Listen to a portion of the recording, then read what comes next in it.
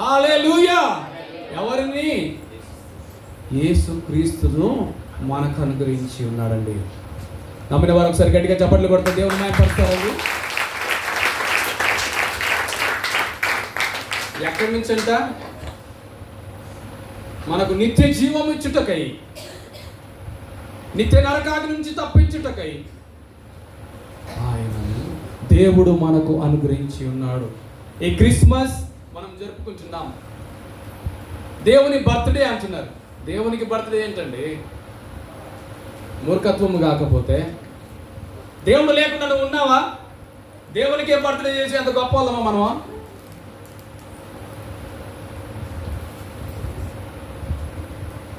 దేవునికి బర్త్డే ఏంటండి? దేవుడు లేకుండా ఏదైనా కలగగలుగుతుందా? దేవుడు లేకుండా మనం నీరు తాగలుగుతామా? దేవుడు లేకుండా మనము గాలి పీల్చగలుగుతామా?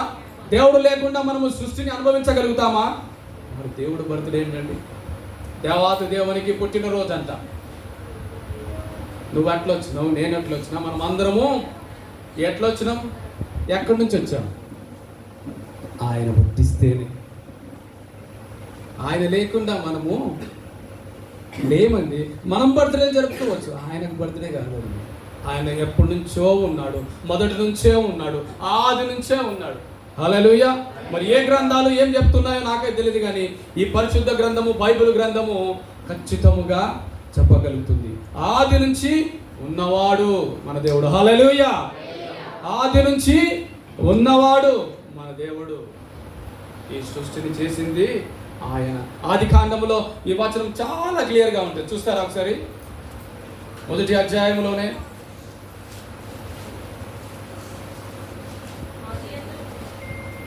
అమ్మా 28వ వచనం చదువు, 26వ వచనం చదువు. దేవుడు తన స్వరూపమందు మన పోలిక చొప్పున, దేవుడు మన స్వరూపమందు మన పోలిక చొప్పున నరులము చేయుదము. వారు సముద్రపు చేపలను, వినండి అమ్మ, జాగ్రత్తగా వినండి, నేను ముగించేస్తాను. వారు సముద్రపు చేపలను, ఆకాశ పక్షులను, పశువులను, సమస్త భూమి మీద ప్రాకు ప్రతి జంతువును ఏలుదురుగాకనియు పలికెను. తన స్వరూపమందు నరును సృజించెను. దేవుని స్వరూపమందు వాని సృజించెను. స్త్రీని గాను పురుషుని గాని వారిని సృజించెను. దేవుడు సృష్టిని చేసి, సృష్టిలో ఏమేమి ఉండాలో అవన్నీ సిద్ధపరిచి వారిని ఆశీర్వదించి ఏమంటున్నాడు చూడండి, వారిని ఆశీర్వదించెను. ఎట్లనగా మీరు ఫలించి అభివృద్ధి పొంది విస్తరించి భూమిని నిండించి దానిని లోపరుచుకొని. దేవుడు ఏం చేశాడంట? ఒక మనిషిని తయారు చేశాడు. ఒక మనిషిని తయారు చేసి ఆ మనిషిని ద్వారా ఇంకొక స్త్రీని తయారు చేశాడు. వారిద్దరి ద్వారా ఈ సృష్టిని నింపాలనే ఉద్దేశం. హల్లెలూయా. ఈ బైబిల్ గ్రంథంలో మొదటి అధ్యాయంలో ఉన్నటువంటి మాటలు ఇవి. ఆయన మనందరినీ తయారు చేసి లోకములోనికి పంపించున్నాడు. ఎందుకంటే మనము ఇక్కడ ఆశీర్వదించబడాలంటే ఈ సృష్టిని మనము అనుభవించాలి అని. అది కాకుండా మనము దేవుడు చెప్పినటువంటి మాటకు లోబడకుండా మనము మన ఇష్టానుసారముగా జీవిస్తూ మన ఇష్టానుసారముగా నడుచుకుంటూ దేవుని యొక్క చిత్తానికి వ్యతిరేకముగా నడుస్తున్నప్పుడు దేవుడు చూసి బాధపడ్డాడండి. దేవుడు చూసి బాధపడ్డాడు. బాధపడి అయ్యో నా బిడ్డలు అనేక రకమైనటువంటి పాపం వలన వారు నరకానికి వెళ్ళబోతా ఉంటున్నారే, వారిని రక్షించాలి అని అంటే ఒక మార్గం ఉండాలి. ఆ మార్గం ఏంటని ఆలోచన చేసి అదే తన అద్వితీయ కుమారుడు ఈ లోకములోనికి పంపిస్తే ఒక్కసారిగా మనందరి నిమిత్తమై క్రయధనముగా ప్రాణం పెట్టి బలియాగమై ఆయన రక్షించడానికి అవకాశం ఉందని దేవుడు ఈ లోకములోనికి పంపించాడండి. అందుకని ఆ వచనములో యోహాను సువార్తలో చాలా క్లియర్గా ఈ లోకములోనికి రాబడినటువంటి యేసు క్రీస్తు ఎవరైతే ఉన్నారో, రక్షకుడుగా మనం పిలుచుకుంటున్నామో, ఆయన యందు ఎవరైతే విశ్వాసం ఉంచుతారో, ఆయన ఈ లోకములోనికి నీ కొరకు నా కొరకు మనందరి కొరకు వచ్చి ఉన్నాడని, మనం చేసిన పాపముల వలన శాపం వలన మనం చచ్చిన వారమై ఉండగా మనకు రావాల్సిన శిక్షను ఆయన మీద భుజముల మీద వేసుకొని మన కోసము ఆయన ప్రాణత్యాగమై చేసి ఉన్నాడో అని నమ్మి విశ్వాసం ఉంచగలిగితే వారేంటంట నశింపక నిత్య జీవం పొందుకుంటారండి. హల్లెలూయా. నిత్య జీవం అంటే ఏంటండి? అందరూ చెప్తారు కదా, పరలోకము, స్వర్గము. అది మనము అక్కడికి వెళతాం. ఆ పరలోకములో దేవునితో పాటు ఉండబోతాం. ఎలా ఉంటామంట? ఆయన యందు ఎవరైతే విశ్వాసం ఉంచుతారో, ఆయనే నిజ రక్షకుడు, ఆయన ఏకైక రక్షకుడు, ఆయన ద్వారానే విమోచన, ఆయన ద్వారానే మనకు రక్షణ. ఆయన లేకుండా మనం ఎవ్వరము రక్షణలోనికి రాలేము, ఆయన లేకుండా ఎవరు పరలోకములోనికి చేరలేము అని ఎవరైతే విశ్వాసం ఉంచుతారో వారు. ఇప్పుడు పుట్టింది బర్త్డే చేసుకోవడం ఇంపార్టెంటా, మనం విశ్వాసం ఉంచడం ఇంపార్టెంటా? హల్లెలూయా. ఏమండి? ఆయన పుట్టినందుకు మనం పండుగ చేసుకోవాలా? ఆయన మన కొరకు పుట్టి ఉన్నాడని నమ్మాలా? ఏది చేయాలి? నమ్మడమా, పండుగ చేసుకోవడమా? చెప్పండి. నమ్మడం చేయాలి. ఆ నమ్మగలిగితే, విశ్వాసం ఉంచగలిగితే నీవు నేను రక్షించగలుగుతాం, రక్షణ పొందుకోగలుగుతామండి. అందరికీ లోకం అంటే ఏంటంట? సత్రము వంటిదండి. ఇక్కడ పుట్టిన వారందరూ ఇక్కడ ఎవరు శాశ్వతంగా ఉండరు. ఉంటారా ఎవరైనా? ఇక్కడ ఉన్నారా ఎవరైనా? నేనున్నాను ఇక్కడ, ఎల్లకాలం నేనే ఉంటాను అని చెప్పేవారు ఎవరైనా ఉన్నారా? అంత ధైర్యం ఉంటే ఎవరైనా చెప్పండి. దేవుడు మిమ్మల్ని దీవించును గాక.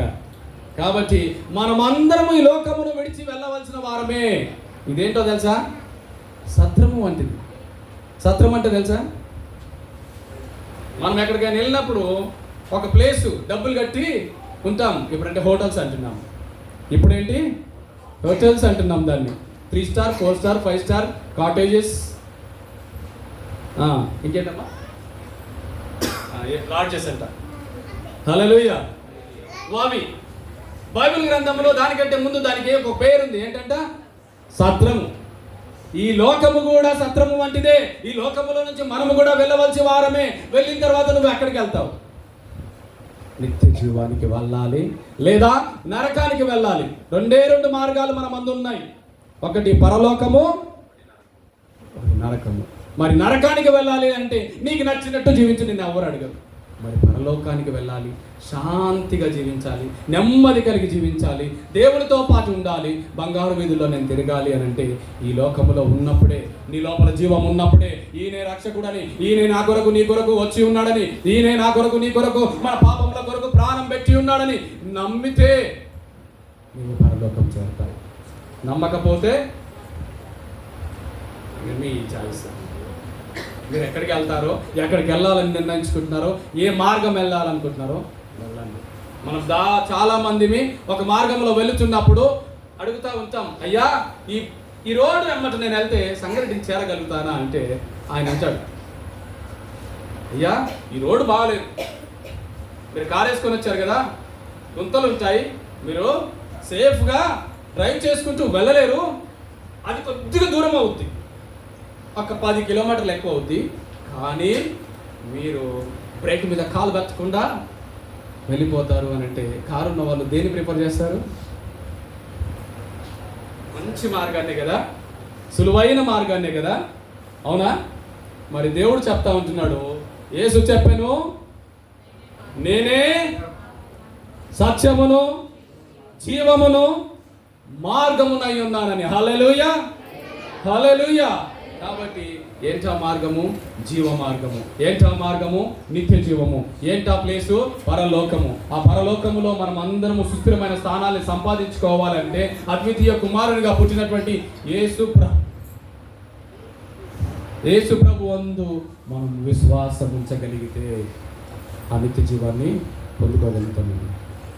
హల్లెలూయా. ఇప్పుడు మీకు అర్థమైంది అనుకుంటున్నాను నేను. దేవుని కృపను బట్టి దేవుడు మీతో మాట్లాడి ఉన్నాడని నేను నమ్ముచా ఉన్నాను. దేవుడు నాతోనే మాట్లాడాడు, నేను అంగీకరిస్తున్నాను, నేను దేవుని తెలుసుకున్నాను. ఇది పండగ కాదు, దేవుడు నా కొరకు ఈ లోకములోనికి పుట్టి ఉన్నాడు, నా కొరకు వచ్చి ఉన్నాడని నమ్మిన వారు ఒక్కసారి గట్టిగా చప్పట్లు కొట్టి దేవుణ్ణి మహిమపరచాలని. హల్లెలూయా, హల్లెలూయా.